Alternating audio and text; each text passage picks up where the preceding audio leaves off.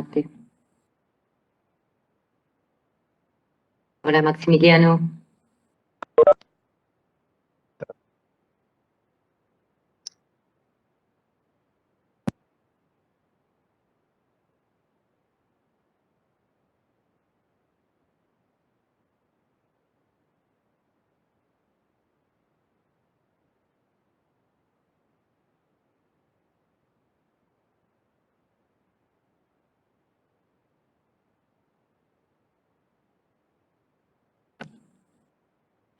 Hola, Oscar. ¿No están hoy? Te van a aburrir con la clase de hoy que es sobre derecho, justo. No, están acá en la vuelta, andan por el piso. Ah, chiquito.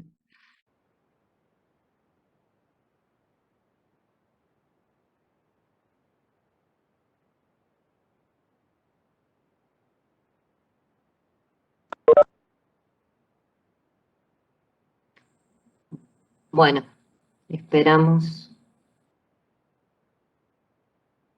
hasta ahí 3:33 y arrancamos, ¿sí? Posiblemente se demoren un poco los compañeros porque previo a esta clase hay un parcial y extendieron un poquito el tiempo de entrega. Ah, ¿qué tuvieron? ¿Parcial de qué? ¿De qué materia? De Derecho Informático e Informática Jurídica. Ah, ¿y cómo se le hicieron? ¿Estilo tarea? ¿Entrega? ¿En simultáneo con la clase?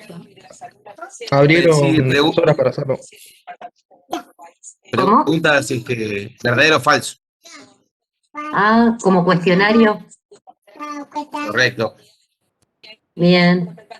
No, el Bueno, nuestro fue cuestionario, por lo menos en la parte que me tocó a mí era un cuestionario y una pregunta a hacer. Un cuestionario, no. Casos prácticos para resolver y una pregunta sí. sobre un tema X. ¿Son con dos docentes distintos o dentro de la misma materia les dieron dos variantes de evaluación? Si lo están haciendo con la misma que estoy yo, según los apellidos variaba la tarea, hicieron 3 tareas distintas, separaron por Claro, apellidos. sí, es lo que Calculo estábamos que haciendo. Claro. Sí, es lo que aprendimos de la experiencia de la pandemia del año pasado, cómo evaluar a distancia o virtualmente. Y sobre todo grupos grandes. Buenas tardes, Graciela. Sí me estaban comentando eso, que vienen del parcial. Encima la clase de hoy es linda, como para incentivarles, pero es un texto que quizás a veces les parece un poco complejo. Vamos a tratar de hacerla lo más ameno posible. Hola, profesora. Hola. Em, no sé si usted se acuerda de mí, soy la persona que le consultó sobre el último parcial que eh, se superponía con otra materia que yo tenía en el último parcial. Sí, ¿qué pasó con eso?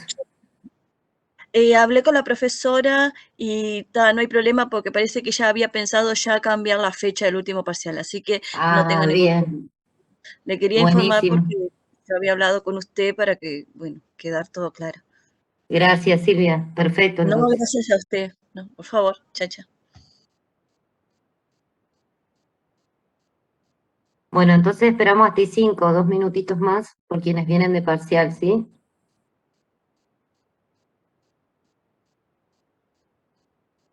¿Qué les parece? ¿A ver cuánto que estamos?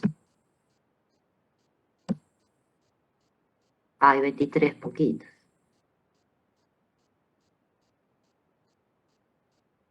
Bueno, esperamos 2 minutitos más y arrancamos.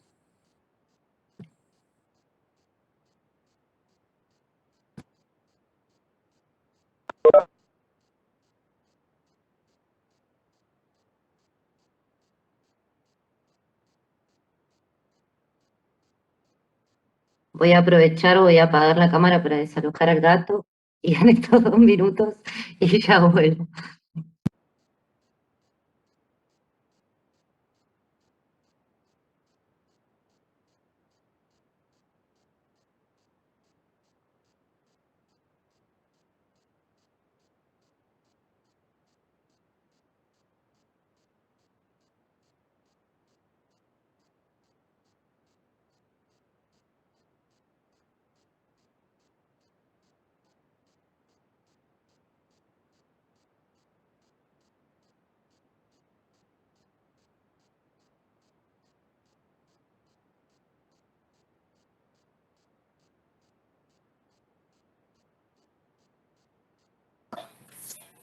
Profesor, una pregunta. Tiene que ver con el curso y no tiene que ver. Yo el tema ahora de lo que está pasando con el tema del rebrote y demás, ustedes no saben nada de cómo va a seguir el tema del curso, ¿no? El segundo semestre, ni idea. La verdad que creo que nadie lo sabe aún. De hecho, fíjate que hace unos 15 o 20 días atrás, eh, el Consejo Directivo Central ya estaba discutiendo que algunos cursos en este semestre pudieran empezar a ser presenciales en algunas facultades, y ahora con este aumento que se dio ya volvió todo para atrás, así que todavía no creo que nadie lo tenga muy claro. Va a depender sobre todo del nivel de vacunación que haya y ahí se verá en agosto qué panorama tenemos. Pero no creo que nadie sepa hoy Claro. con Sí, sí. certeza qué va a pasar. A mí, por ejemplo, en mi trabajo, yo que trabajo en la salud, que se toca también, ya hoy en donde trabajo yo ya pasaron el comunicado al mediodía sobre la esencialidad y bueno, ya van a empezar con las consultas, estas que son las teleconsultas, o sea, vuelve todo para atrás. Está muy complicado. Y sobre todo yo que estoy en la parte de logística, es muy complicado porque mucha cosa, mucho material, y realmente está complicada la cosa. Se puso fea.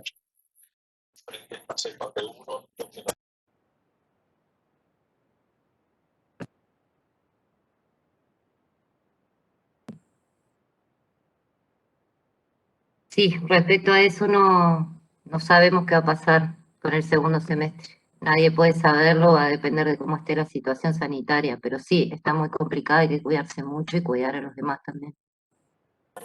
Al personal Sí, de no, salud, sin dudas, que debe por estar eso saturado. era la consulta que yo le hacía al profesor, justamente si sabía Ah, algo de eso. Porque claro, no, no porque se sabe nada. sí, no, No se puede determinar porque no se va a saber en esa época cómo está todo. claro. Sí, sí, sí. Esperemos que esté mejor. Sí, ojalá, claro que sí, ojalá. Sí. Aparte yo, o sea, en el caso mío que tengo los niños chicos, realmente no los puedo llevar ni a una placita, es hasta acá Sí, en la es puerta de terrible. casa y ya está. Sí. Ya con el tiempo tomaremos perspectiva y dimensión de la excepcionalidad en todas sus dimensiones que esto implicó. Hay para problemas de investigación de todo tipo y Le, color a partir de esto. le iba a decir eso, va a estar lindo para hacer un tema de investigación. Exacto, desde distintos puntos de vista. No sé quién es Luis Brum, que preguntan.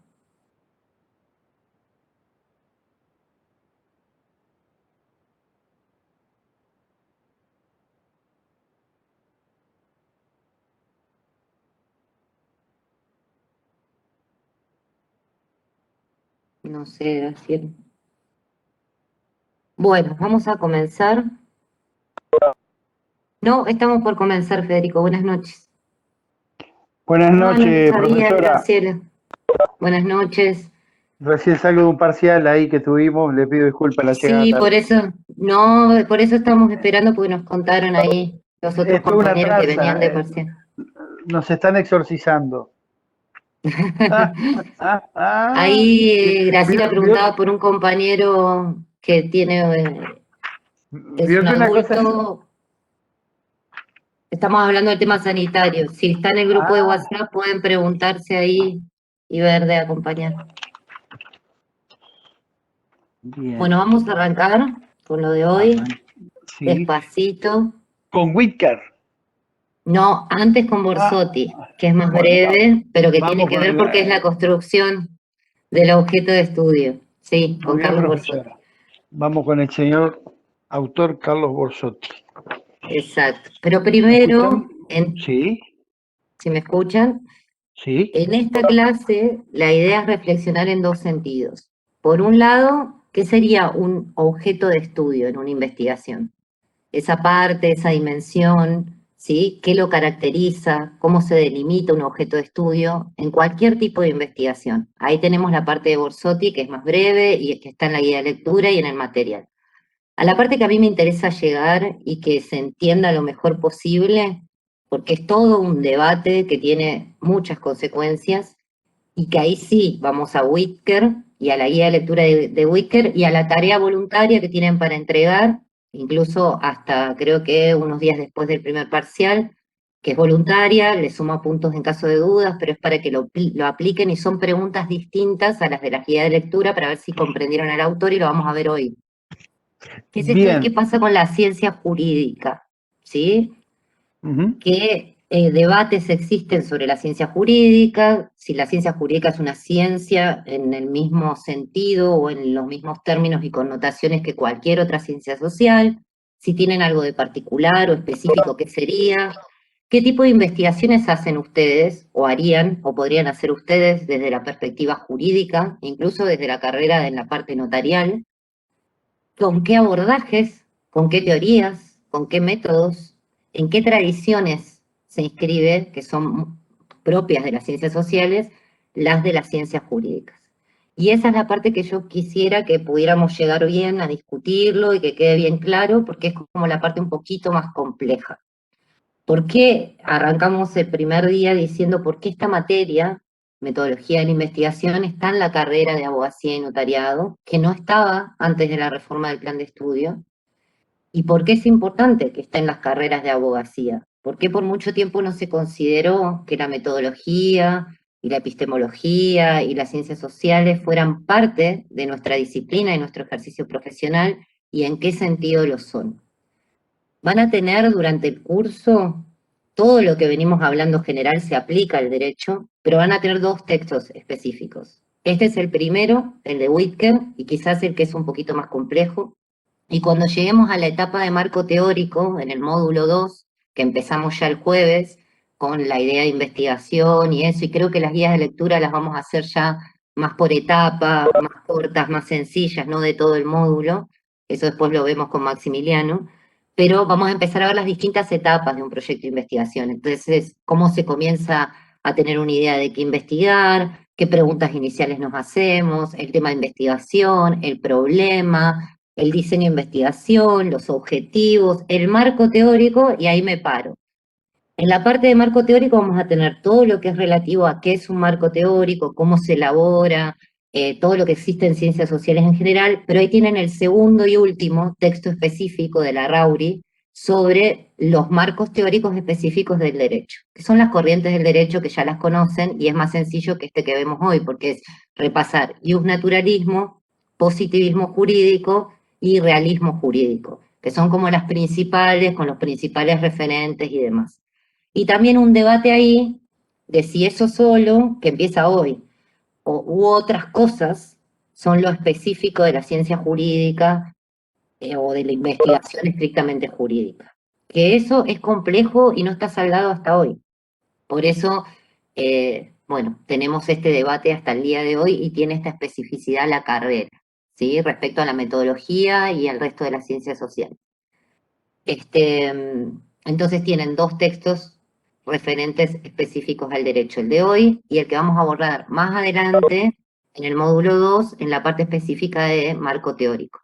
Después, en el proceso de investigación, las etapas siguen, ¿sí? Sigue la hipótesis, la población, las variables, la muestra, la unidad de análisis, los métodos y las técnicas. Ya entramos en módulo 3, módulo 4, presentación de investigaciones, y así termina el curso con una especie de presentación de proyecto que ustedes hacen de un problema de investigación jurídico. Por eso toda esta parte de que tenga una dimensión jurídica y en qué sentido la tiene que tener es lo que empezamos a abordar ahora. ¿Sí? Más o menos en eso me siguen. Es como para hacerles una introducción para que se lo imaginen dentro de todo el cronograma de la materia. Bien. Entonces acá está Borsotti, que les dice, ¿qué es esto del objeto de estudio? Cuando alguien dice, bueno, defíname el objeto de estudio de su investigación, ¿estamos hablando de una cosa? No, dice Borsotti, estamos hablando de un proceso. Y algo que mencionó Maximiliano desde el constructivismo y desde lo que estuvimos hablando de Bourdieu, de Bachelard y demás, es que obviamente es un proceso porque al delimitar un objeto de estudio lo estamos construyendo, ¿sí? Siempre, como dice Borsotti, vamos a pasar de intentar describir un fenómeno que queremos investigar, un problema, una problemática que queremos investigar, en un lugar, ya van a ver cuando definamos problema de investigación, en un lugar, en un momento determinado, vamos a acotarlo precisamente, respecto a planteos teóricos, conceptos, ya están en la formulación, ya dicen algo de dónde nos paramos para investigar el tema, en un enfoque, no en otro, y que en principio son como abstractos, conceptuales, ¿sí? Pero también, cuando vamos a delimitar nuestro objeto de estudio, vamos a ir a ver todo lo que es el conocimiento disponible. Esto es otra etapa que ya van a ver en el módulo 2, que tiene que ver con la revisión de antecedentes y el estado del arte, ir tras las huellas de lo que está escrito, de ese tema que nos interesa, de ese problema de investigación, de la situación problemática. Vamos a ir elaborando teórica y conceptualmente, vamos a ir seleccionando, ¿sí? Siempre con esto que ya hablamos, ¿sí? Que hablamos las últimas clases con Maximiliano, de la ruptura y la vigilancia epistemológica, que se acuerdan, estar atentos a que no se cuele la opinión, a ese espíritu que es viejo y que tiene que ser rejuvenecido, donde no se impregnen los prejuicios, los valores, las prenociones, lo que nos diría el sentido común, el lenguaje y el conocimiento cotidiano, a vigilar que eso no sesgue la investigación, ¿sí? Por eso se construye de manera integral. Y siempre vamos a seleccionar una perspectiva, una o un par teórica, y algunos supuestos, porque es imposible abarcar todo, ni todo el problema, siempre vamos a elegir alguna dimensión, ¿sí? Para construir nuestro objeto de estudio, ni todas las perspectivas teóricas. Podemos llegar a hacer una comparación de cómo abordaría ese problema tal perspectiva en comparación a tal otra, pero son estudios excepcionales. Eso.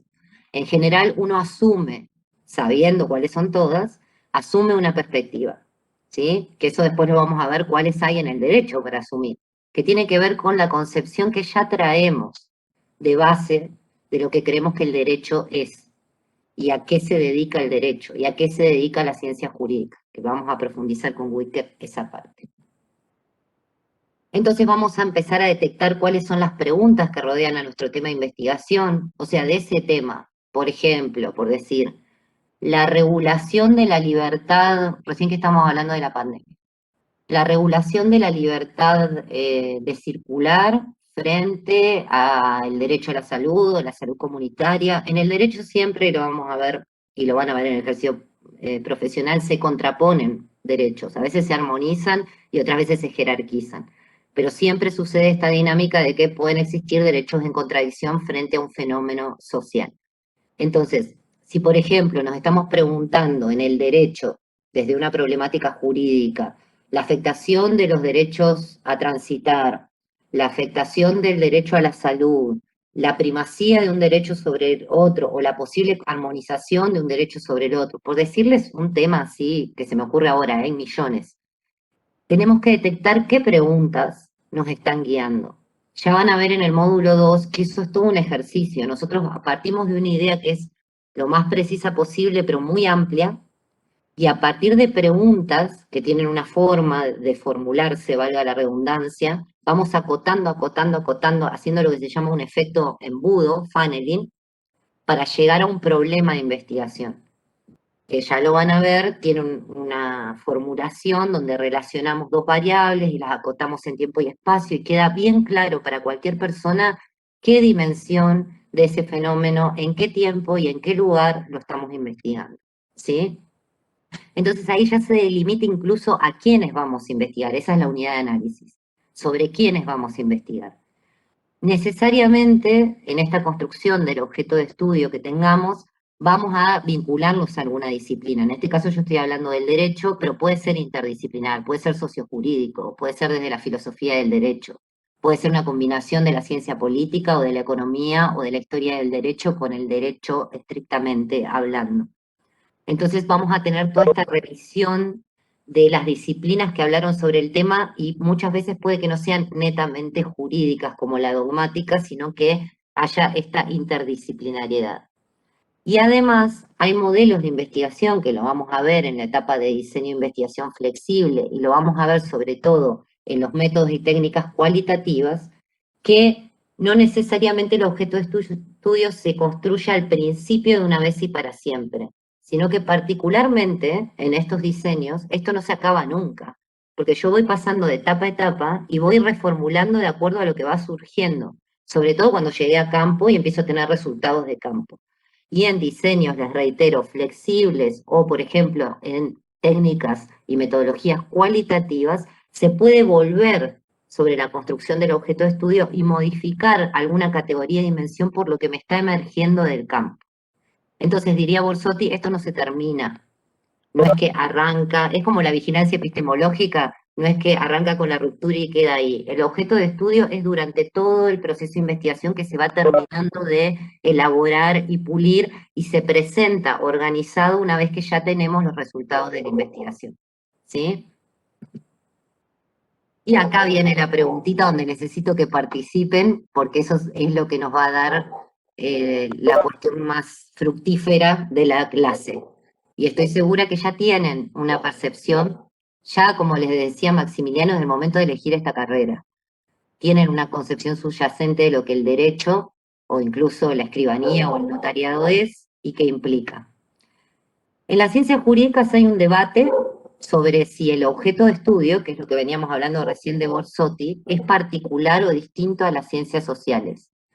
Y es un debate histórico respecto a la propia autonomía del derecho. El derecho separado del resto de las esferas. No sé si conocen la teoría de los sistemas de Luhmann o de Parsons anterior, ¿sí? Que pretenden una visión del derecho que tiene una autonomía, o al menos una autonomía relativa, que implica que esté separado de dimensiones sociológicas, económicas, políticas, históricas, mucho más ideológicas. Entonces, en ese primer sentido, si creen que la ciencia jurídica tiene algo de particular, ¿y qué sería eso de particular? Les escucho porque necesito que participen acá. ¿En qué es distinto el derecho al resto de las ciencias sociales? ¿Qué les parece?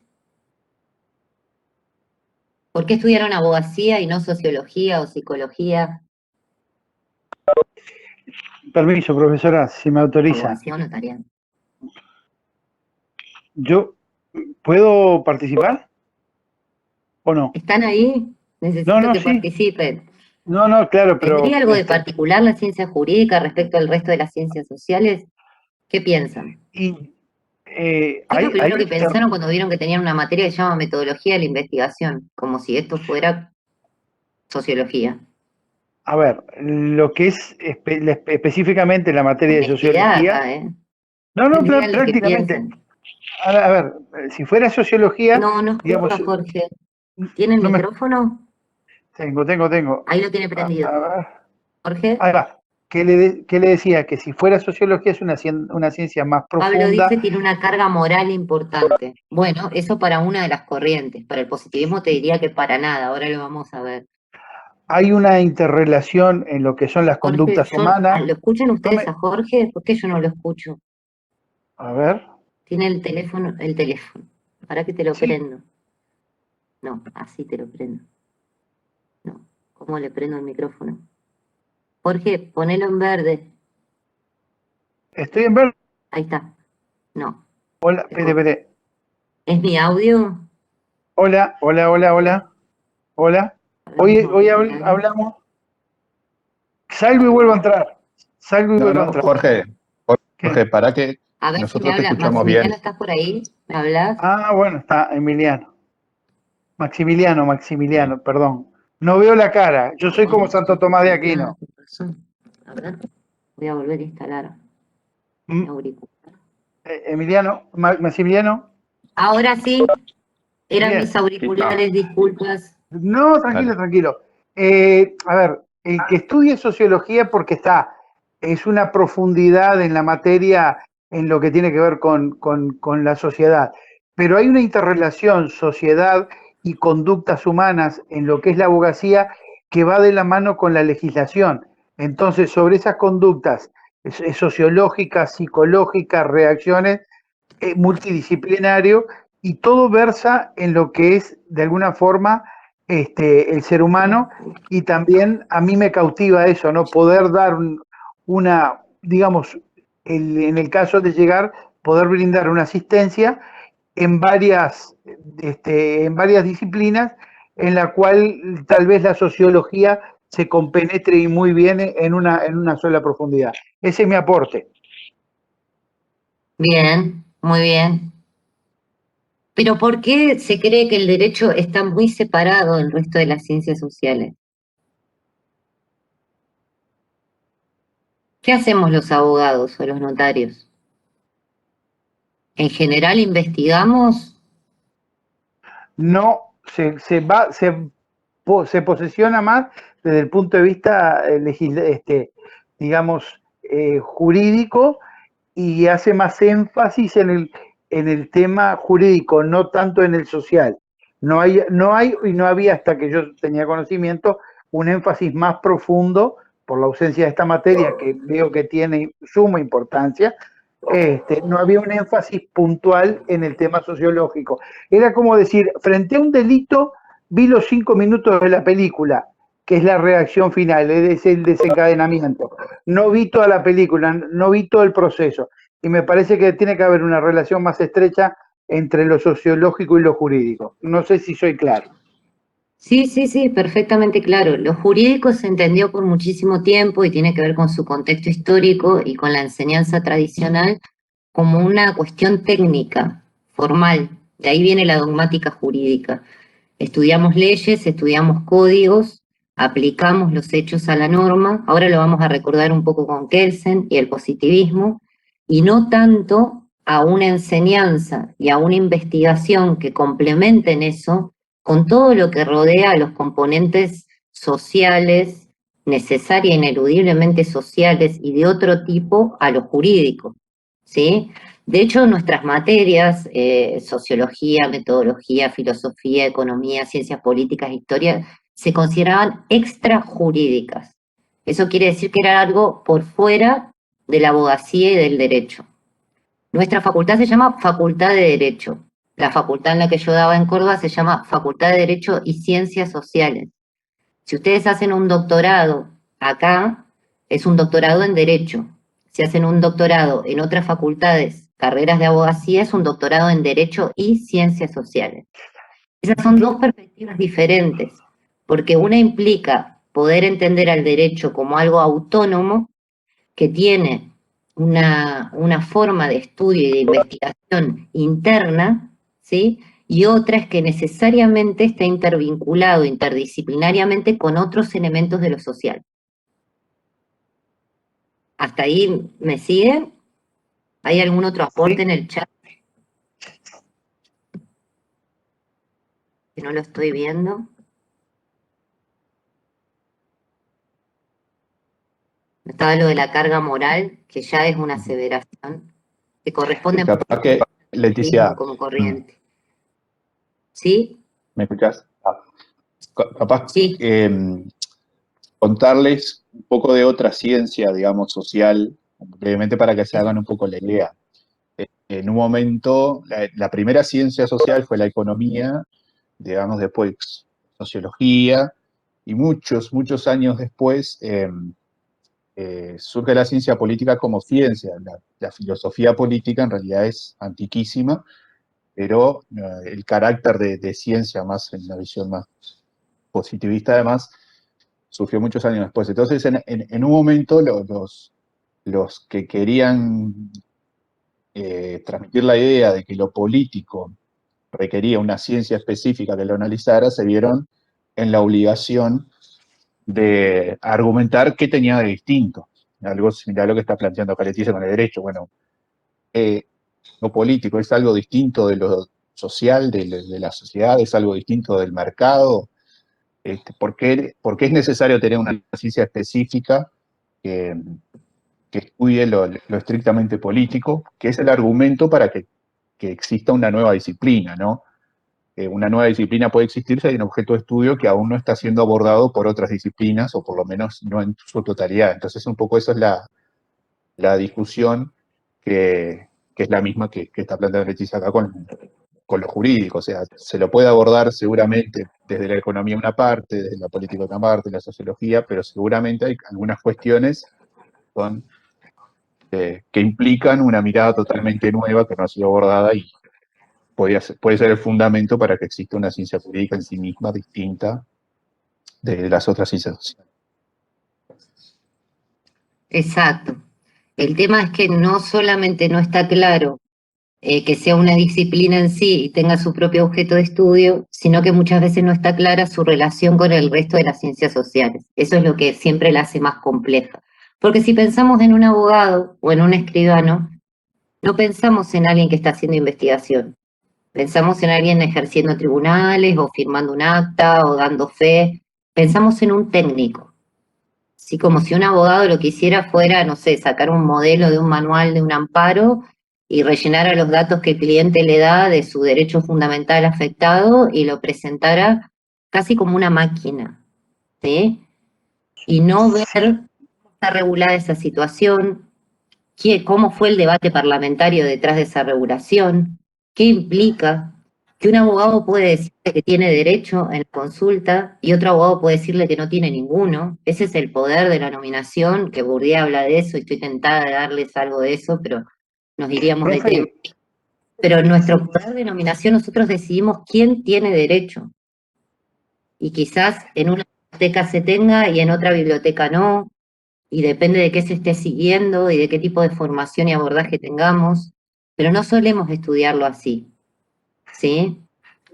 si me permite una cosa en referencia a lo que usted dice. ¿Me escucha? Sí, sí, Hola. escucho. Ahí va. Sí, No, de las dos carreras, o sea, a mí me gusta, me apasiona y me gusta abogacía porque hay una interrelación mucho más estrecha con el cliente y con la situación social que tal vez lo encuadre. Tal vez la escribanía se desprende mucho más, es más estructurada, no tiene esa afinidad. Pero digo, uno se va metiendo y se va impregnando del aspecto social cuando recibe el cliente, ve su contexto donde él se desempeña, donde de alguna manera ve sus reacciones. O sea, lo que pasa que también hubo un momento muy abrazado a lo jurídico, a lo legal, obviamente el derecho, pero yo creo que hoy por hoy está haciendo una intersección en el campo social. O sea, mirándolo desde otro punto de vista más garantista, con otra óptica y no tan fría. sí, en realidad el derecho es un fenómeno social en sí, pero yo diría, otra vez trayendo a Bourdieu, de que hay que desconfiar de lo que el sentido común oculta, y quizás en el derecho se vuelva más evidente que es difícil hoy sostener que no tiene relación con los componentes sociales y demás. Pero el acto que hace un escribano al dar fe es todo un tema de investigación de cómo una persona que firma algo da fe y cómo se hacía antes y cómo se hace ahora y en relación de qué y en nombre de qué puede hacer eso y todo eso se puede estudiar, cómo fue regulado, cómo está regulado comparativamente entre países. Es decir, si bien parece más técnico, también le subyacen formas y dimensiones que podemos estudiar, ¿sí? Quiero leer del chat. Federico decía, yo creo que hay una distinción entre el derecho y las ciencias sociales por el objeto de estudio que tiene el propio derecho y cómo se debe estar desprovisto de otros elementos para concretar una investigación. Una cosa es el derecho como tal y todo lo que abarca, otra cosa son las ciencias sociales, como opinión. Bien. El derecho no tiene un consenso único, bien, o sea que hasta hoy existen diferentes autores que mantienen su posición de cómo interpretan tal o cual tema dentro del derecho. Como dice el profesor, existen otras miradas. Bien. Cuando se habla de analogía o interpretación, necesariamente hay que investigar, claramente. De ahí los análisis doctrinarios, por supuesto. La ciencia jurídica es una ciencia porque el derecho es un producto social, bien, y tiene mucha relación con lo social. Perfecto, impecable. Bueno, esto ya me da pie, entonces, a empezar con Wittgenstein. Lo primero que el autor plantea como problema de las ciencias sociales, y yo agregué del derecho o ciencia jurídica, es que hay una exclusión en el momento este de construcción que les decíamos del objeto de estudio y de delimitar determinadas cuestiones, donde ya habíamos hablado con Maximiliano y en las clases anteriores de que nunca se estudia todo y siempre se estudia contextualizado y al abordarlo lo construimos y todo lo que venimos diciendo, es que en realidad si nosotros nos apegamos, tanto en las ciencias sociales como en la jurídica, a lo que el autor llama parámetros cristalizados, es decir, la misma forma de abordar lo mismo hace 100 años, ¿sí? No se permite la apertura a lo que él llama conciencia lúdica, y a mí me gusta que use este concepto que es un poco extraño al derecho, cómo lo lúdico o el juego va a tener algo que ver con la ciencia y con la ciencia jurídica, que es muy técnica además. En realidad, Gargarella, un constitucionalista latinoamericano, argentino, que está muy en boga ahora, habla de la falta de imaginación jurídica, la necesidad de creatividad e imaginación en la teoría jurídica, porque estamos un poco desfasados con las formas de ver los nuevos fenómenos sociales desde el derecho mismo, ¿sí?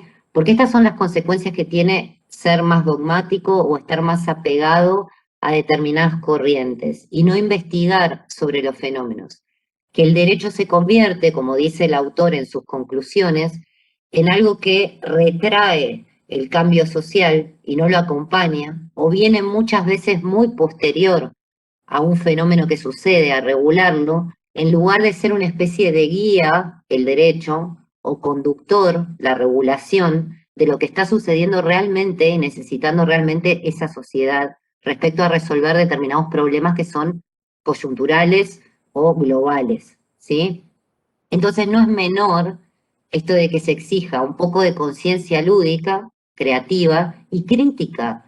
Esto que hablamos de no tener pensamientos santificadores, ¿sí?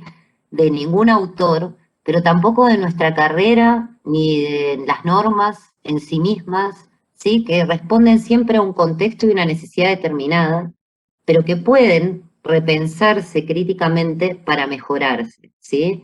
Porque si no partimos de esa base, asimilamos todo como si fueran verdades absolutas, que es lo que teníamos que evitar del dogmatismo, del conocimiento cotidiano, ¿sí? Y no podemos replantearnos o deconstruir una palabrita que está de moda, pero que es cierta y es muy importante, qué hay detrás de eso y qué nuevas formulaciones puede tener. Y para el derecho, esto es muy importante porque el aporte que el derecho puede hacer es decir sobre un fenómeno si hay derecho o no hay derecho. Imagínense el poder que tenemos como juristas o como notarios. Nosotros decimos de esa manera constructivista si existe derecho o si le asiste derecho a una persona o en un fenómeno o no. Y eso lo determinamos técnicamente, pero detrás de eso hay un montón de concepciones teóricas y metodológicas y epistemológicas que definen eso. Y cuando nos olvidamos de todo lo que hay detrás, pareciera que simplemente estamos haciendo un trabajo neutral, ¿sí? Como si estuviéramos, como hablamos muchas veces, en un laboratorio, como decía Maximiliano, viendo cómo reacciona el agua caliente a la yerba. Estamos tratando con personas y en general con fenómenos de vulnerabilidad. Entonces la responsabilidad y la ética de la que ya hablamos tiene que ver con hacernos conscientes de lo que nuestro ejercicio profesional implica, que no es solo aprender de memoria las normas, que pueden cambiar, como pasó recientemente con el Código Procesal Penal, y uno tiene que aprenderlas de vuelta, sino que en el ejercicio profesional se juegan muchas más cosas. Y vamos a necesitar otras herramientas. Más allá de que la carrera a veces se apruebe o se califique benévolamente el aprendizaje memorístico, esa no es la idea de tratar de entender lo que el derecho es. Piensen en los sistemas del common law, ahora vamos a ir en alguna de las corrientes. Los sistemas anglosajones no estudian como nosotros la codificación, estudian la jurisprudencia y estudian por casos. Y de hecho Profe, tienen sí.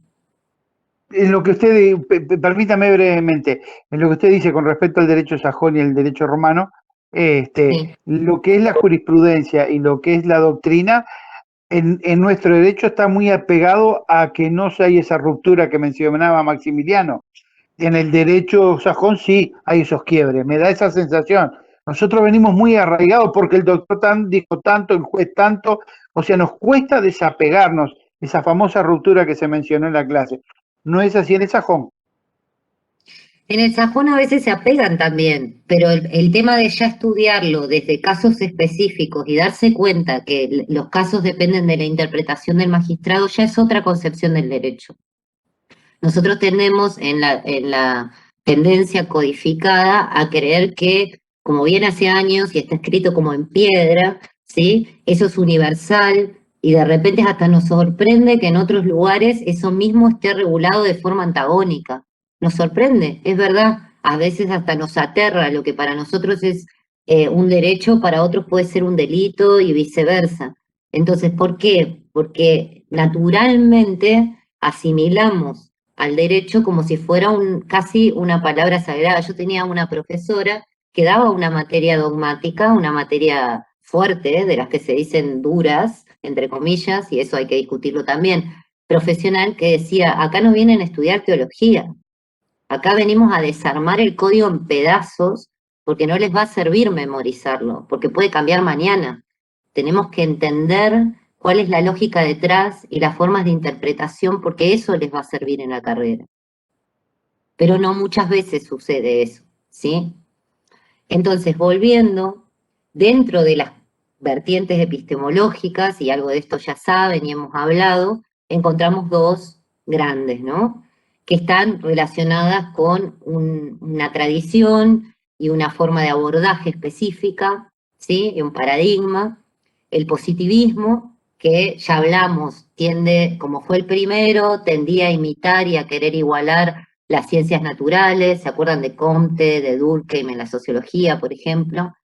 Que tratan el hecho como un fenómeno que hay que comprobar empíricamente, que utilizan en general el método hipotético deductivo, es decir, desde la teoría y la formulación de hipótesis a la comprobación, a la generación de leyes, a la posibilidad de predecir, que creen en el dualismo entre subjetividad y objetividad, es decir, que se puede separar lo objetivo y lo subjetivo y optan por lo objetivo creyendo que se puede alcanzar esa objetividad, tal como en la física, en la matemática, ¿sí? En la química, y que se vincula estos métodos hipotéticos deductivos, como de lo general a lo particular, y al paradigma cuantitativo, todas las técnicas que van a ver que tienen que ver con la estadística, la probabilística, ¿sí? Que son datos numéricos básicamente, y a eso apuntan. Esto como una generalización que les da el autor.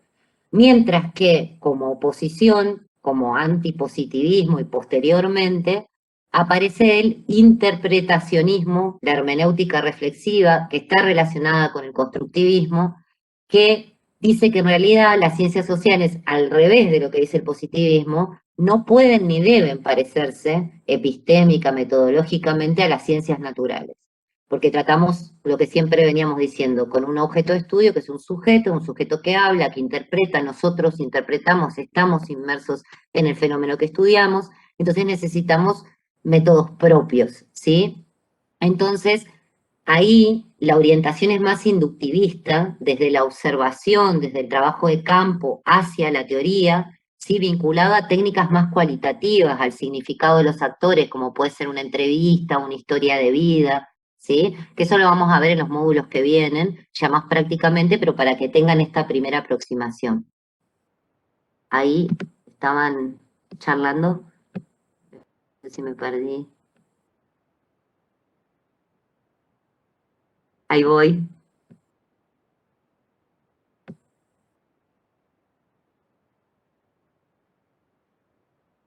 Ahí alguien decía, uy, soy repositivista, no está mal, solo se tienen que ver las consecuencias de escribir a una u otras corrientes.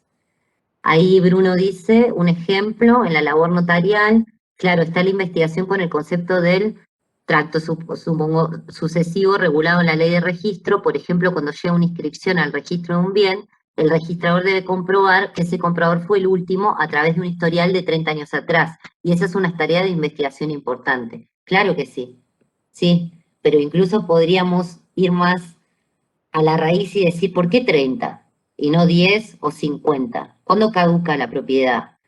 hasta dónde verificar. Siempre se puede ir un poquito más, pero está perfecto el ejemplo.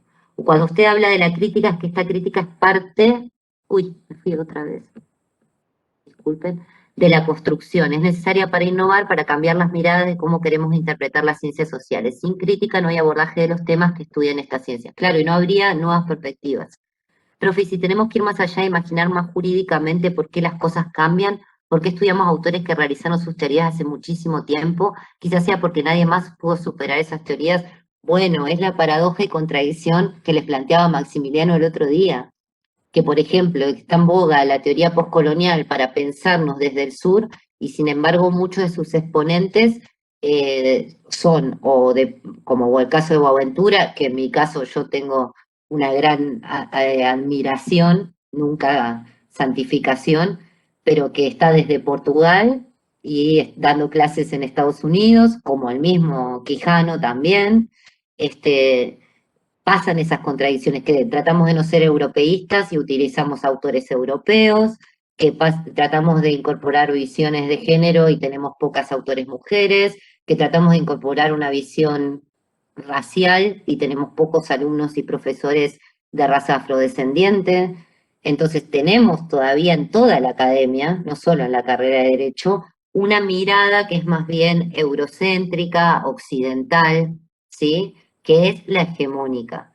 Lo que no quiere decir que en los últimos años, estoy hablando ya a partir de los años 50 en adelante, o antes también, pero ya son muchos, pero en términos históricos todo esto se está replanteando también, ¿sí? Pasa que muchas de esos diagnósticos y esas teorías fundantes nos siguen sirviendo para pensar incluso una sociedad mucho más compleja, con muchos más sistemas de interrelación y dispositivos de regulación y de poder, como es la actual.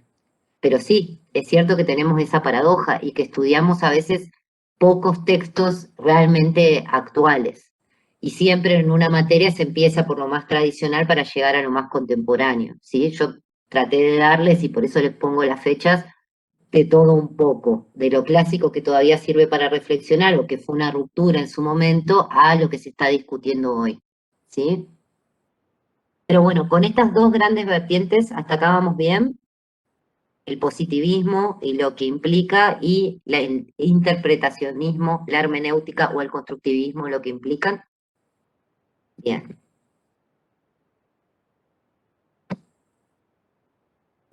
Tienen que... en la pantalla.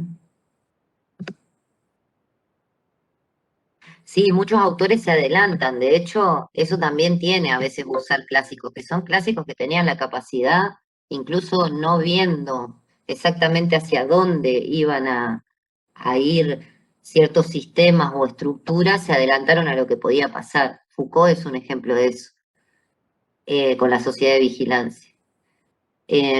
Bueno, continúo. Entonces, después esto Whitaker se los va a llevar al derecho y a las corrientes del derecho, que lo vamos a repasar con la Rauri en el marco teórico específico del derecho. Pero empecemos por acá, que les va a sonar. La primera, como en las ciencias sociales, una de las primeras, el positivismo, siglo XIX y XX, y ahí aparece Kelsen. ¿Se acuerdan de Kelsen, el de la teoría pura del derecho, el de la pirámide, de la ley Sí, sí. hipotética fundamental? Es como un clásico, tremendo clásico, fundador de toda nuestra, sí, de todo un cerebro muy lúcido que fundó todo, casi todo lo que tenemos de base en el derecho, incluso moderno, ¿no? Ahora, ¿qué implicó y qué implica hasta el día de hoy el pensamiento de Kelsen? Sí, está en todos lados y va a seguir estando. No es que tiene que desaparecer. Ojo con esto. Hay una fuerte crítica al positivismo, pero no implica que ustedes no se perciban positivistas y no lo defiendan. El tema es que sepan qué están defendiendo. O sea, no es que ustedes tienen que escribir a la crítica que nosotros hacemos o a lo de los otros autores. Lo que sí es que le agregan más fundamentación a lo que vaya a ser que defiendan o elijan defender o sigan defendiendo o cambien de paradigma, no importa, pero que puedan profundizar en la argumentación. ¿Se acuerdan que para Kelsen había y se podía, en esto del positivismo que cree que se puede, que tener una perspectiva objetiva y avalorativa, ¿se acuerdan de esto de sin valor alguno, sobre el derecho? Entonces se acuerdan que había una famosa distinción entre tipo de leyes y normas, la ley natural, la ley moral y la norma jurídica, si se acuerdan un poco de eso, donde en la ley natural está el ser, el hecho, ¿sí? En la norma moral, ¿sí? O la ley moral, está el deber ser, los valores. ¿Qué pasa con eso? Si es una norma de conducta individual o grupal que no está regulada por nadie, solo es obligatoria y tiene Se cortó, adherencia se para cortó. las personas. ¿Podrás ¿Se cortó? repetir? Sí, Sí, podrás volver, perdona, por favor. sí. Les decía que para que en la perspectiva para abordar el derecho tenía que ser objetiva, y se podía, sostengo esto, y sin valores. Entonces decía, por un lado está la ley natural, que es el ser, el hecho. Por el otro lado está la ley moral, que sería algo distinto, donde entran los valores de lo bueno, lo malo, los juicios de valor, lo justo, lo injusto, ¿sí? Esa es una ley que solo rige individualmente y para el grupo de personas que la escriban. Es una especie de ley intermedia que puede tener un grupo social, pero que no obliga más allá de eso y que hasta es peligrosa porque implica un juicio de valor. Mientras que la norma jurídica, que sería el otro extremo, la norma moral está como intermedia entre la ley natural y la norma en sí, está esta ley moral, la norma jurídica es lo que prescribe el Estado. Por eso el positivismo es la ley que emana del Estado, escrita, no oralmente, que tiene algún tipo de coacción, obliga o prescribe algo, pero en nombre del Estado. Y por tanto tiene que ser obedecida, nos guste o no, sin hacer una implicancia de valoraciones morales y sin que un grupo pueda decir, ah, yo no la obedezco porque no es acorde. Piensen la cantidad de ejemplos en la historia, desde esta teoría para acá, las implicancias que tiene decir que la norma escrita, por ser norma del Estado, es obligatoria y debe ser respetada por todos, sin importar lo que serían los valores, los principios, que quizás no están escritos, esto le discutió al naturalismo, ¿sí? Principios, valores, derechos que pueden no estar escritos, ¿sí? O que pueden estar pasando otras cosas fácticamente, pero mientras la ley escrita sea la que rige, toda valoración o juicio de valor tiene, porque es una cuestión de seguridad jurídica, que es algo que van a escuchar mucho ligado al positivismo, que es, todos sabemos cuál es la ley, este principio de todos sabemos, pero se supone que todos sabemos cuál es la ley que nos rige y frente a esa ley que nos rige, obediencia. ¿Sí? Entonces, ¿a partir de qué es esa obediencia? Bueno, de que esa ley emana del derecho estatal, ¿sí? Y que esa ley, esa norma, objetiviza, porque el Estado la está regulando, a la ley natural, al ser, al hecho, ¿sí? Entonces, así deja fuera a la ley moral, al deber ser, a los juicios de valor. Y no importa el sentido que los actores le otorguen, y no importan los valores que pueden estar comprometidos. Ay, bien, muy bien. La discusión del juicio de Nuremberg es que en muchas cosas el gobierno nazi no necesitó modificar la constitución y la regulación. Por lo tanto, lo que hicieron, desde un punto de vista ya no se sostiene así porque los pospositivistas lo arreglaron, pero el propio Kelsen lo arregló por este tipo de críticas y usos que podía dar lugar su teoría sin llegar a esta experiencia extrema, ¿no? Pero, ¿qué pasa si un régimen totalitario está legalmente constituido, pero es totalitario? ¿Cómo que no podemos oponernos a la norma? ¿Cómo que no podemos incorporar valores? ¿Cómo que no podemos definir qué es justo o no? Pero ¿qué tiene a su favor el positivismo? Esto que les decía que otorga seguridad jurídica. Si nosotros dejamos abierto a que derecho y justicia puede hacer todo, incluso lo que no está regulado en la ley escrita, perdemos certeza y seguridad. Y también pueden aparecer arbitrariedades. El naturalismo y el positivismo jurídico se pelearon y se pelean hasta hoy por qué contiene el derecho. Si contiene principios y normas que son universales, que pueden estar escritas o no, como sostiene el naturalismo, tanto el religioso como el racional, como el positivismo que dice, no, cuidado, eso puede llevar a mucha arbitrariedad, que el Estado defina, ¿sí? Y el fundamento último de esa legitimidad es el propio Estado, qué es ley, y dejemos afuera los valores.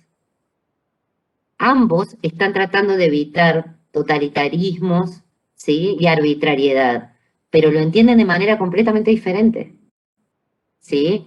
Por eso el principio de seguridad jurídica del positivismo se opone al principio de equidad del naturalismo, que es justicia en el caso concreto, que es yo me aparto de la norma literal porque en este caso en particular no sería justo aplicarla. Entonces la interpreto de otra forma para hacer justicia en este caso concreto. Esos dos principios, seguridad jurídica del positivismo y equidad del naturalismo, luchan en la interpretación jurídica hasta hoy. Y le estoy hablando de cientos de años. ¿Sí? ¿Qué dicen ahí? Estábamos hablando de Kelsen.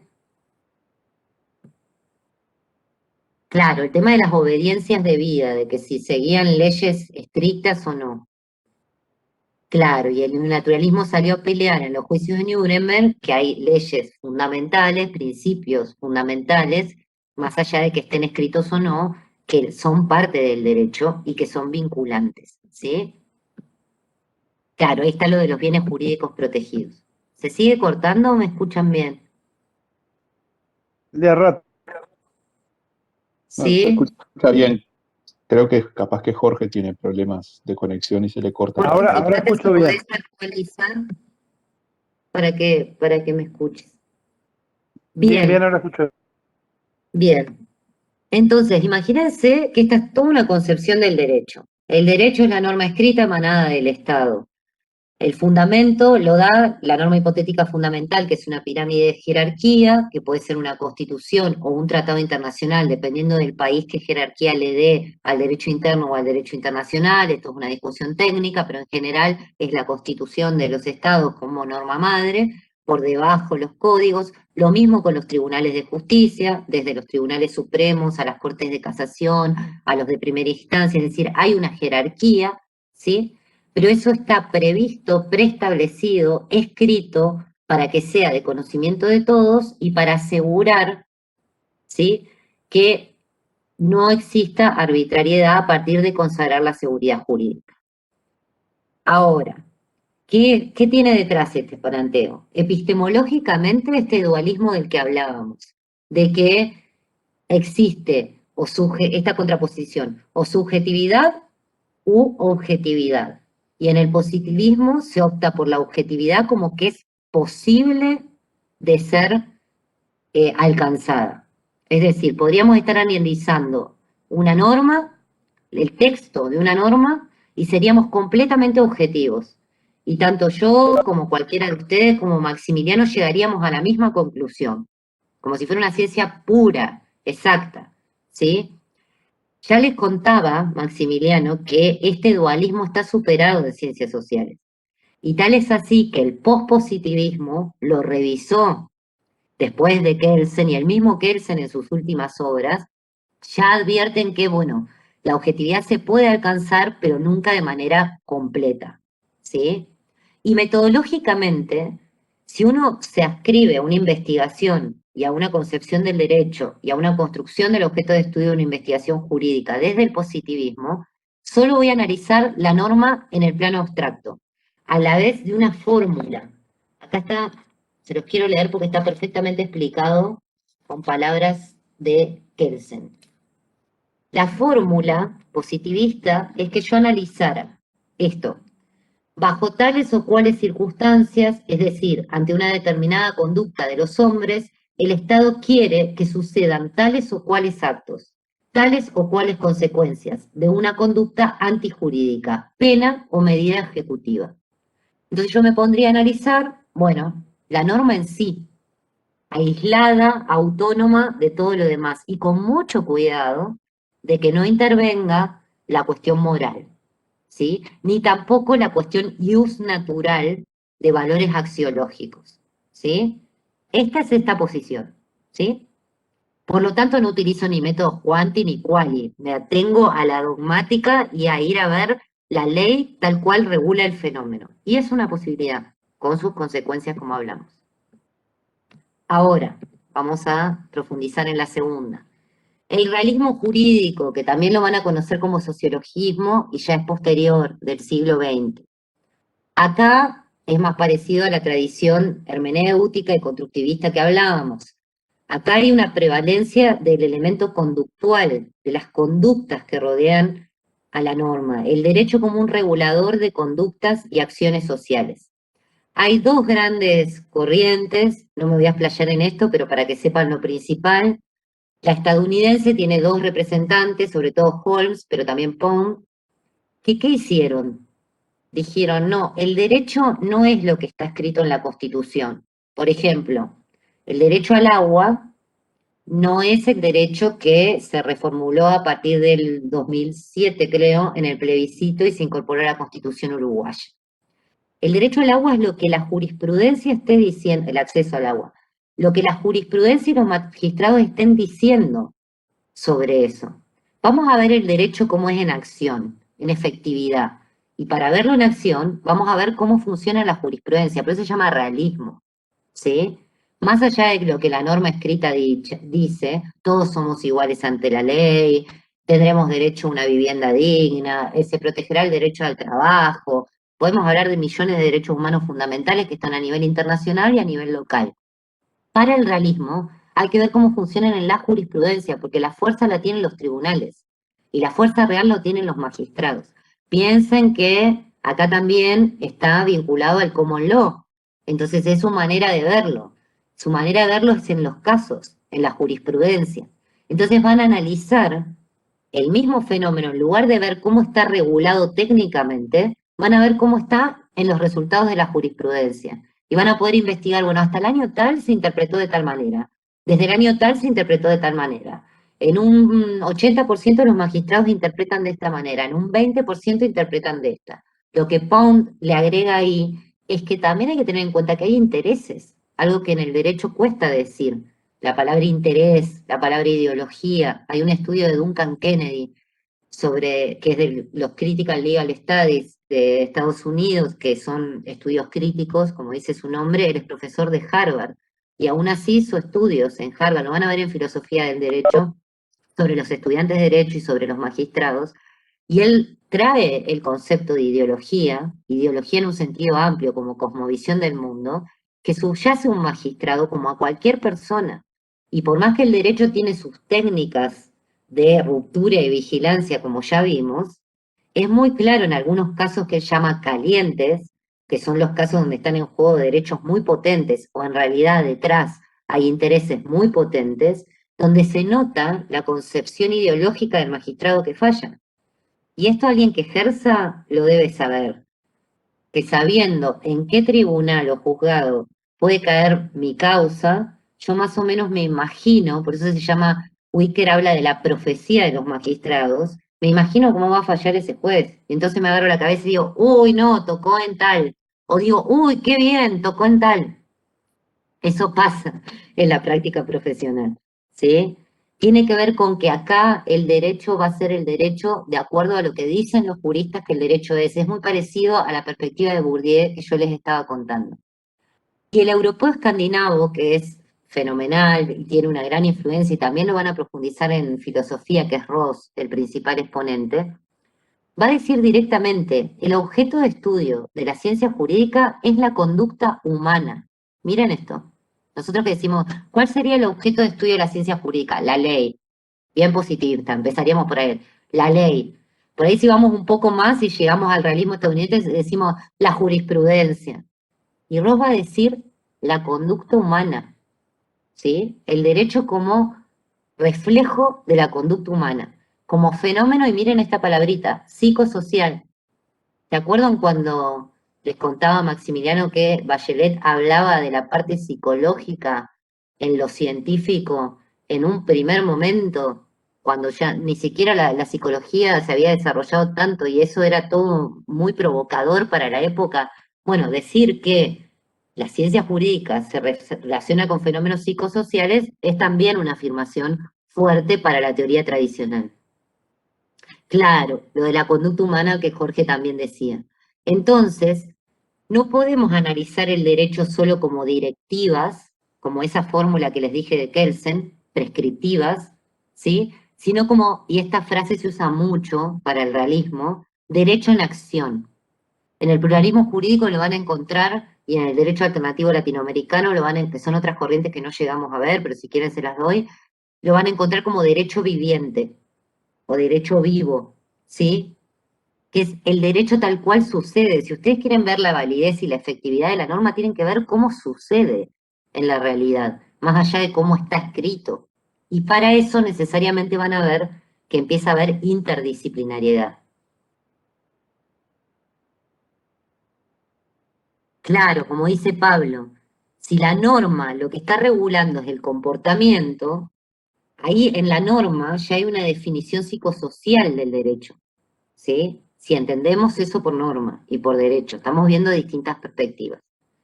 ¿Hasta acá vamos bien con las grandes diferencias entre positivismo y realismo jurídico? Bien. Entonces, esto es un poco una propuesta de Wicker tomando a Reil, que les va a volver a aparecer en el texto de marco jurídico más adelante, marcos jurídicos específicos del derecho, como un abordaje en la Rauri, que es el otro texto que tienen específico. Pero acá aparece por primera vez. Para poder superar ese dualismo objetividad, subjetividad y ese atarse literalmente a la norma del positivismo, Reil lo que dijo es realismo, dije realismo, perdón, es realismo. Positivismo, realismo, ¿sí? Positivismo, normativismo jurídico, o realismo jurídico o sociologismo. Se dicen así las corrientes. Bien. En este tridimensionalismo jurídico, este abordaje, Rey lo que propone es qué pasa si el derecho es todo. Y tiene tres patas, es una cuestión triádica, ¿sí? Les voy a leer para ver si identifican qué es el todo. La norma jurídica es más sencilla que una proposición lógica, ahí le está pegando el positivismo, de naturaleza ideal. Es ella, ante todo, una realidad cultural. Ahí ya tienen una corriente. Y no un mero instrumento técnico de medida del plano ético de conducta. Miren esto. Pues en ella y a través de ella se resuelven conflictos de intereses. Esto es asumir que el derecho interpreta y armoniza o jerarquiza conflictos de intereses y de derechos, cada vez en cada caso, ¿sí? Y se integran reiteradas tendencias fáctico-axiológicas, conforme a razones de oportunidad y prudencia. ¿Qué es lo fáctico? Que lo habíamos visto como una característica. ¿Fáctico a qué se refiere? ¿Que era cosas de hecho? Que refiere a hechos, muy bien. ¿Y axiológico? ¿Con qué tiene que ver?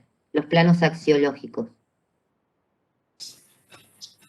Con las normas, La norma va a integrar los hechos con lo axiológico. ¿Lo axiológico qué serían? No, la los valores, axiología y lo axiológico. ¿Cómo? los valores, profesora. Los valores, exactamente. Entonces, en la norma tenemos la norma en sí que objetiviza la relación entre hechos y valores, ¿sí? Es como decir, en la norma está el ser y el deber ser, y está, diría otro autor que es Cover, también profesor de Harvard, pero bastante crítico, está el ser, deber ser y el podría ser, algo que Kelsen no admitiría jamás, ¿sí?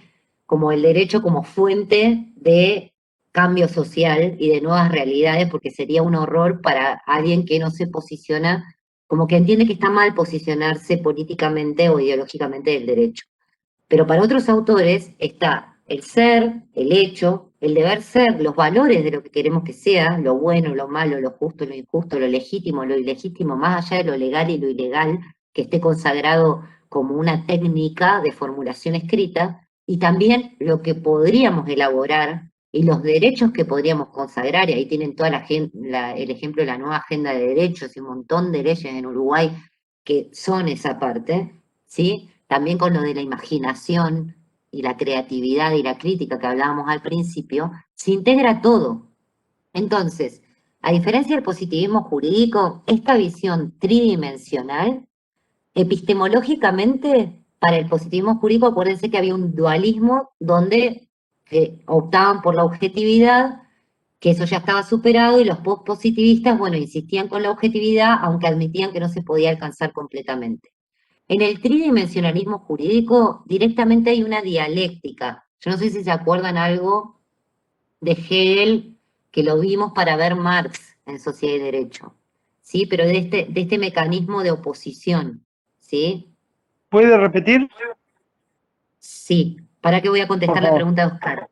En el derecho está la norma, tal cual vos lo decís, el hecho y el valor. Pero además, la norma escrita objetiviza una relación entre el hecho y el valor. Ahora lo vamos a ver eso. Pero por eso triádico, es decir, no tiene una u otra prevaleciente, tiene todo, tiene las tres dimensiones, ¿sí? Entonces, epistemológicamente, en vez de hablar entre lo subjetivo, lo objetivo, el ser y el deber ser, acá desde el tridimensionalismo dicen que hay una dialéctica. Si se acuerdan de Hegel, que lo vimos previo a verlo a Marx para explicar otro tipo de dialéctica en Marx, ¿se acuerdan de tesis, antítesis, síntesis, el salto cualitativo? ¿Sí? Es el movimiento por oposición y contradicción. Pero cuando esos opuestos son polares, pero son complementarios, se necesitan entre sí, ¿sí? Para ir elaborando cada síntesis y cada cambio evolutivo. No voy a entrar en Hegel y en eso porque los mareo y va para otro lado. Pero a lo que voy es, para Reil y para el tridimensionalismo, el conocimiento, la dialéctica esta de implicación y polaridad entre hecho y valor, lo resuelve la norma cuando él se formula y objetiviza todo lo que queda suelto entre el hecho y el valor. Hay una contradicción y una relación complementaria entre el hecho del fenómeno y los valores que nosotros podemos atribuir a eso. Y eso se resuelve en la norma. Entonces, la norma está integrada por todo eso, por los valores que hay detrás, por el hecho que quiere representar y por cómo lo regula. ¿Sí? Las normas, las dimensiones son tres: norma, hecho, valor. Lo que quiere decir es, dentro de la formulación está lo que entendemos por lo que sucedió como hecho, los valores que le atribuimos y cómo lo regulamos, que al regularlo lo construimos. Ahora al final vamos a hacer un ejemplo para que esto se entienda mejor, ¿sí? Y metodología, y esto de hablar de que hay una correlación donde existe todo esto junto, da paso a estudiar el derecho desde una dimensión interdisciplinar. Porque desde el positivismo jurídico nos podíamos mantener estudiando la norma en abstracto, ¿sí? Esto se reguló así, el Estado dice y está escrito y basta, hasta ahí, ¿sí? En cambio, si nosotros entendemos que el derecho está integrando un fenómeno social, valores y una forma de regular, entonces podemos meter la sociología jurídica, que es algo que Reil dice, no hay casi distancia entre ciencia jurídica y sociología jurídica, vienen a ser lo mismo, de un lado o del otro, no hay frontera posible, ¿sí? Pero también podríamos integrar otras interdisciplinas, las que quisiéramos, dependiendo de qué queremos investigar.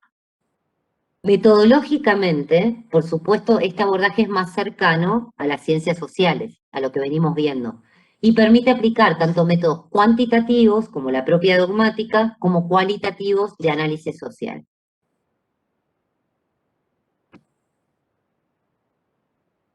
En el derecho, ¿qué sería un enfoque cuantitativo más cercano a la dogmática? Bueno, tiene estas características. Acuérdense que lo cuanti es difícil porque estaba más ligado a lo positivista, a cuantificar valores, a la estadística, a la probabilidad, a las leyes, al método hipotético deductivo, de la teoría, la observación, pero sin embargo se puede estudiar así, y para muchos y muchas, esto es estudiar e investigar en derecho. Medir la validez de la norma, es decir, si intrínsecamente en su forma es válida respecto al conjunto de las normas de la pirámide social o a la normativa internacional, qué expresiones lingüísticas o semióticas tiene, medir jurisprudencia, pero mediante estadística, ¿sí? Tanta estadística, de tanta probabilidad de jurisprudencia, hacer un proceso siempre secuencial, porque es parte del procedimiento, el método hipotético deductivo del que hablábamos, tratar de predecir cómo se va a comportar la norma respecto al fenómeno, y analizar documentos, sobre todo leyes escritas, ¿sí? Mientras que los enfoques cualitativos, que están más ligados al comprensivismo, al constructivismo, al interpretacionismo y a lo cualitativo, ¿sí? La comprensión de la que hablábamos y no tanto a la explicación, si se acuerdan de esa parte, el derecho ya va a ser entendido como un fenómeno inherentemente social, inseparable de lo social. Por lo tanto, vamos a buscar los significados, ¿se acuerdan de la importancia de los significados de los actores? Por ejemplo, el debate parlamentario previo a la sanción de una ley. Si yo hago un análisis de discurso y de contenido o entrevisto a los informantes clave, son técnicas cualitativas, de quienes sancionaron una ley, voy a tener muchísima más información en profundidad de por qué se reguló así y qué valores estaban detrás y qué intereses estaban detrás y qué derechos en conflicto podía haber, que si yo leo cómo quedó la resolución en sí. Por eso el análisis parlamentario es muy bueno, aparte del jurisprudencial de cómo interpretan los magistrados. Buscamos significados, el método es inductivo, desde la observación a la teoría y la posibilidad de formular leyes. Analizamos realidades subjetivas o intersubjetivas. No hay una secuencia estrictamente lineal, es más flexible. Contextualizamos el texto. Esto es muy importante y lo dicen muchísimos autores, entre ellos Boaventura, que lo veníamos hablando al principio. El origen de muchos derechos, casi de todos, es revolucionario. El origen de muchos derechos fue producto de luchas, incluso sangrientas. Sin embargo, el derecho tiene la tendencia a perder esa memoria y a creer que eso fue fruto de un consenso. Entonces, ese derecho después queda como un derecho hegemónico, pasan los años, incluso esto que decía Bachelard, se convierte en un espíritu viejo y cuando viene otra tendencia a reformularlo, se resiste al cambio social. Pero olvidamos que en cada contexto histórico, incluso la revolución burguesa y todo lo que es nuestro Estado-nación y nuestro modelo de Estado de Derecho, fue un origen revolucionario. Entonces esa faceta, no solo conservadora, sino emancipatoria, diría Boaventura, del derecho, se pierde cuando nos olvidamos que así fue históricamente. Piensen en los derechos del trabajo, piensen en todos los derechos que se fueron conquistando por distintos dramas y fenómenos y sufrimientos y luchas sociales también, en distintos contextos, ¿sí? Entonces, cuando vamos al texto de la ley, si yo voy a analizar un artículo, no puedo no tener en cuenta el contexto social de época, histórico, cultural, espacial en el que fue producido, ¿sí? Esa es la riqueza interpretativa del problema que puede haber detrás de la ley, y son en general investigaciones de campo, es decir, yo voy al lugar y estoy cercana haciendo entrevistas, haciendo observación, haciendo análisis respecto a las personas o los informantes claves que saben, los expertos que saben sobre ese tema, ¿sí? ¿Alguna duda hasta acá? Porque esto ya es lo último como para ver si quedó claro. Para hacer un Profe, ejercicio a ver si... Sí. una consultita nada más porque digo, el método usted mencionaba que en este cuantitativo es inductivo y va desde la observación al hecho. En el cualitativo. Cualitativo, claro, y en el cuantitativo es inductivo, va de la Es observación al hecho. deductivo. Y va de la Deductivo. teoría al hecho. En realidad esto a veces es más complejo. Hay un famoso círculo de Wallace que no tiene principio ni fin, donde se puede empezar por cualquiera de las partes y se puede combinar y demás.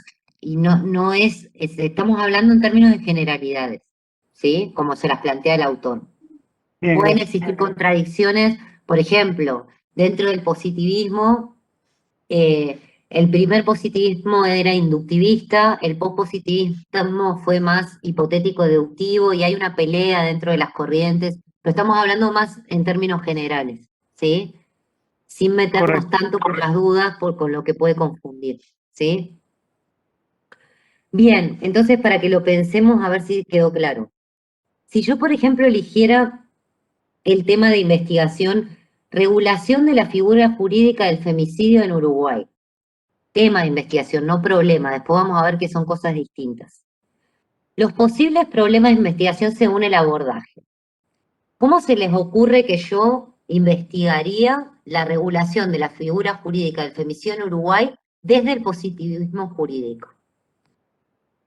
Si yo tengo esa concepción del derecho y lo quiero investigar desde ese marco, ¿qué busco? Nos abstendríamos solo a la norma. Bien, en la norma, entonces irían a buscar ¿qué?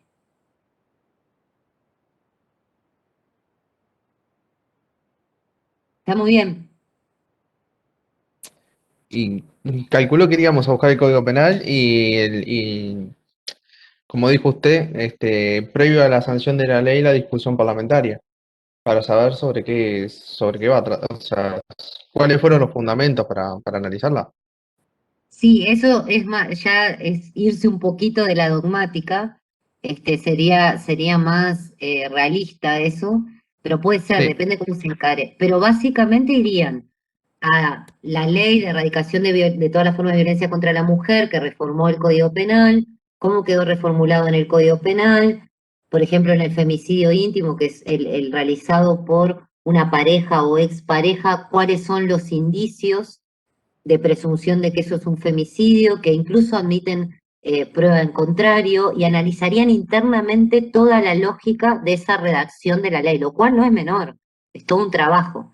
Y la validez interna que puede tener esa norma dentro de los principios y la lógica escritos de todo el Código Penal, de la ley nacional e incluso, si quieren, de los tratados internacionales. ¿Sí? En el positivismo jurídico no se trataría de los hechos, se trataría de la norma escrita más allá de lo que esté pasando en la realidad, ¿sí? Iríamos a concentrarnos en cómo lo reguló el Estado y cómo quedó resuelto. Y si tiene validez interna, esos son todos los estudios de dogmática jurídica, ¿sí? Si tiene lógica, si tiene validez interna respecto a todo el sistema jurídico. Una vez que ya está ahí, ya está. Y separaríamos todas otras dimensiones que pueden tener que ver con lo valorativo y demás. Ahora, desde el realismo jurídico estadounidense, ¿se acuerdan? ¿Qué estudiaban ellos? ¿Dónde decían que estaba el derecho? En esa corriente. En la jurisprudencia, Muy bien. Entonces, ¿dónde iríamos a buscar la regulación de la figura jurídica del femicidio en Uruguay? ¿A la norma o a qué? A la a las sentencia A los sentencias, fallos de los jueces. a las Claro, sentencias. a las sentencias, exacto. De Ahí hecho, va, hay de un una debate punta a la otra. interesantísimo.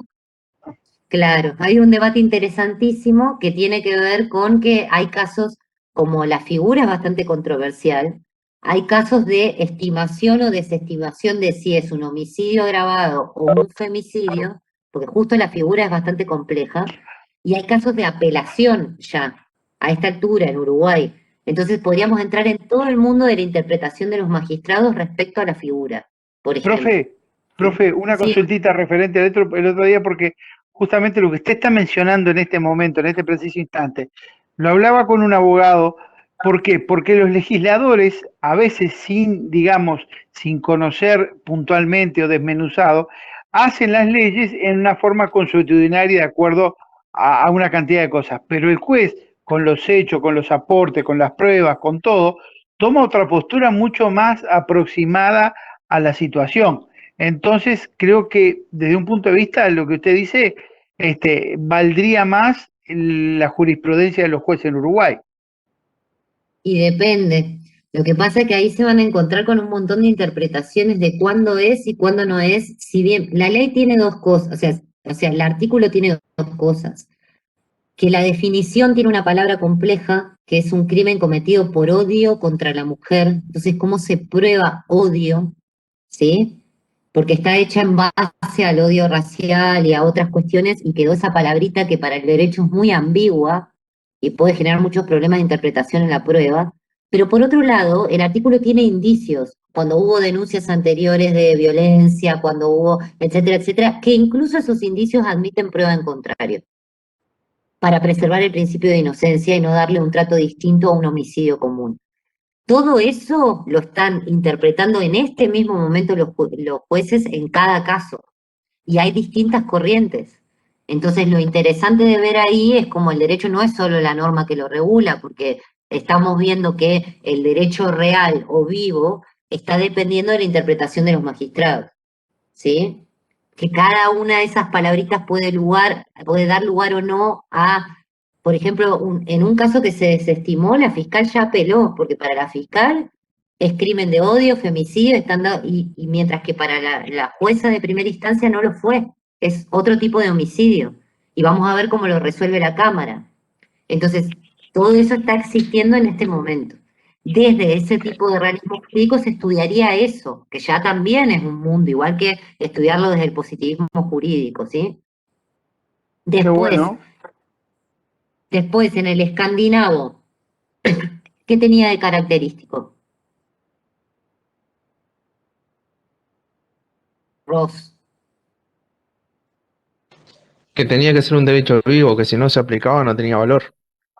Exacto, entonces hay que ver hasta qué punto, cuántas causas se están regulando en función de eso o tipificando en función de eso, pero además había algo más importante, ¿cómo definía el derecho como objeto de estudio? Cultural. Sí, casi, Ay, no sé, digo, bueno, me pegó la laguna mental. Era mirado desde el era punto una de vista de la conducta, cultura. claro, una Conductual. conducta Conducta. psicosocial. Ahí va, Entonces, ahí va. además de ver qué tan efectivo era ese derecho vivo, ahí ¿qué más nos podemos poner a investigar respecto al femicidio y su regulación? Si lo podemos ver como un fenómeno cultural y psicosocial. Si la conducta, una vez sancionada la ley, se repite o no se repite. La efectividad respecto a bajar el fenómeno social o la problemática social. Incluso nos podemos ir más a las raíces de la problemática social, porque ahí el límite con la sociología jurídica no es claro, como dice Ross también, y como dice Reil también, y entonces podríamos buscar otros componentes, más allá de cómo está regulado estrictamente. Y ahí sí podemos buscar en los debates parlamentarios que aparecieron seguramente cifras que daban cuenta de una necesidad de regularlo, de por qué se percibe como algo específico o no, quiénes tienen un argumento válido en contra, quiénes tienen un argumento válido a favor, poder ver todo eso, ¿sí? Entonces, para terminar, el objeto de estudio de la ciencia jurídica va a estar necesariamente relacionado con nuestra concepción subyacente de qué es el derecho. Es el análisis neutral de una norma emanada del Estado y su estructura formal. ¿Eso qué sería? Si el derecho es el análisis neutral de la norma emanada del Estado y su estructura formal, y eso vamos a estudiar. ¿Qué Positivismo. corriente? Muy bien. ¿Es la jurisprudencia y la interpretación de los magistrados y la consideración de los intereses en juego? ¿Eso qué es? Realismo. Realismo. ¿Cuál? El ¿Cuál es? estadounidense. Bien, son las conductas humanas y el derecho tal cual rige, su efectividad o no, sin poder separar la ciencia jurídica de la sociología, ¿ese quién es? Escandinavo. Bien. Y ahí viene la propuesta de Reil, es una implementación y correlación entre hechos, valores y normas. La norma objetiviza los hechos y valores en un contexto social determinado. Ahí aparece Entonces, la dependiendo de tríada. nuestra... Ahí aparece la tríada, por eso tridimensionalismo, exacto. Dependiendo de nuestra concepción del derecho y nuestro abordaje, vamos a tener planteamientos epistémicos, teorías y metodologías diferentes que deben tener una relación, y lo vamos a ver en el módulo que viene, coherente en cómo construimos el objeto de estudio y nuestro problema de investigación. Porque si mi problema de investigación hubiera sido cómo están fallando la jurisprudencia en el año 2020-2021 sobre femicidios en Uruguay. Yo ya ahí me escribí una corriente, ya planteé el problema, no la voy a abordar desde el positivismo jurídico seguro, porque sería una contradicción, yo ya ahí estoy en el realismo, ¿se entiende? Entonces, sí o sí, cuando armamos nuestro problema de investigación, va a ser más o menos coherente con una de estas corrientes dependiendo de cómo lo formulemos. Si yo hablo de valores, ¿qué valores subyacen a la Declaración de Derechos Humanos? Es muy probable que yo esté muy cerca del naturalismo. ¿Sí? Mientras que si yo digo cómo se regula tal cosa, es muy probable que me esté preguntando por la regulación positivista. ¿Más o menos eso quedó claro? Quiero ver acá. Ahí están. Es como la violencia doméstica, para que entre en competencia, la violencia doméstica tiene que ser a través de un vínculo de parentesco afectivo, relación afectiva, agregando el vínculo legal. Entonces, si no hay un vínculo legal, escapa de la violencia doméstica por más... Ay, se me escapa.